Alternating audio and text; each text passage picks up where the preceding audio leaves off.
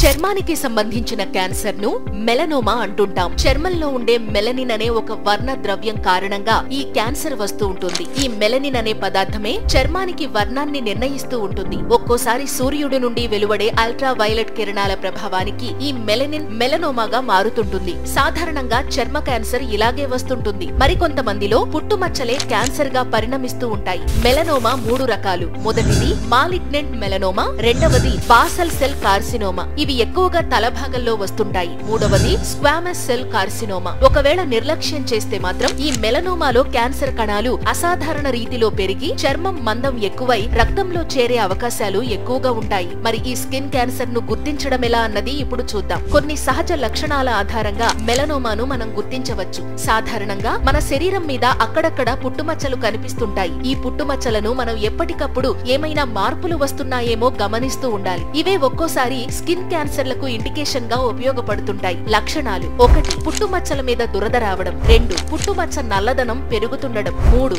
మచ్చ పరిణామం పెరగడం. 4. మచ్చ పుండుగా మారడం. 5. పుట్టుమచ్చ నుండి రక్తం కారడం. 6. పుట్టుమచ్చ పొక్కులా ఏర్పడడం. 7. పుట్టుమచ్చ ఉన్న చోట వెంట్రుకలు రావడం. 8. కాలు కింది భాగంలో మచ్చ ఏర్పడి అక్కడ నొప్పి, బాధ ఉండడం. ఇటువంటి లక్షణాలు ఏవైనా కనిపిస్తే ఆ మచ్చ క్యాన్సర్ గా మారే క్రమంలో ఉందన్న విషయాన్ని మనం అర్థం చేసుకోవాలి. అలాగే శరీరంలో ఎక్కడైనా కొత్త మచ్చలు ఏర్పడితే వాటిని మనం అనుమానించాల్సిన అవసరం ఉంది. ఇక ఈ క్యాన్సర్ విషయంలో ఒక పక్క చర్మ క్యాన్సర్ మరింత స్ప్రెడ్ అవ్వకుండా కాపాడుతూనే మరో పక్క క్యాన్సర్ కణాలను జాగ్రత్తగా తొలగించాల్సిన అవసరం ఉంది. Thank you.